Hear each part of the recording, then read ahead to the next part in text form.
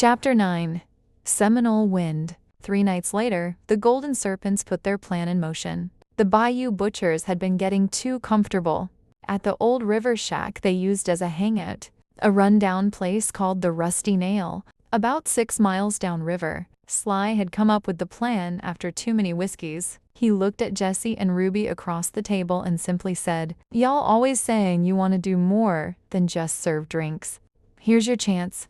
Now Jessie stood outside the Rusty Nail in a low-cut red dress, laughing loudly like she'd had too much to drink.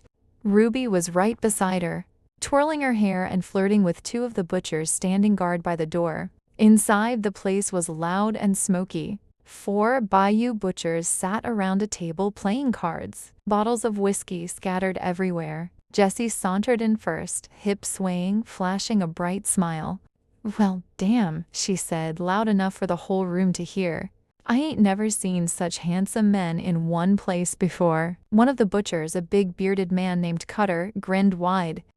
"Look what the river dragged in. You lost, sweetheart?" Jessie leaned over the table, giving them all a clear view down her dress. "Lost? Baby, I think I just found exactly what I was looking for." While Jessie kept them laughing and distracted, Ruby slipped behind Cutter. Her hand moved smooth and fast, sliding the thin blade from her garter and pressing it against the big man's throat in one motion. The laughter died instantly. Ruby's voice was ice cold.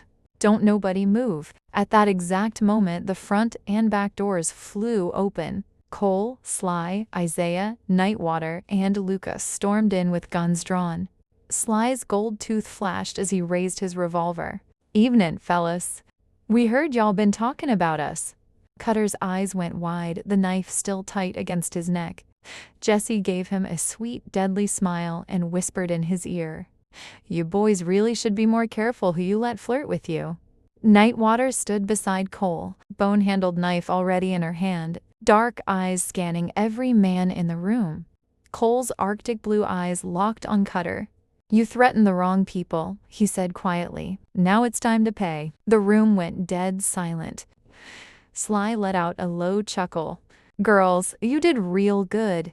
Real damn good." He looked around at his crew, the men with guns, the women who had just set the trap, and Nightwater standing ready with her knife. "All right, boys," Sly grinned. "Let's have us a little talk."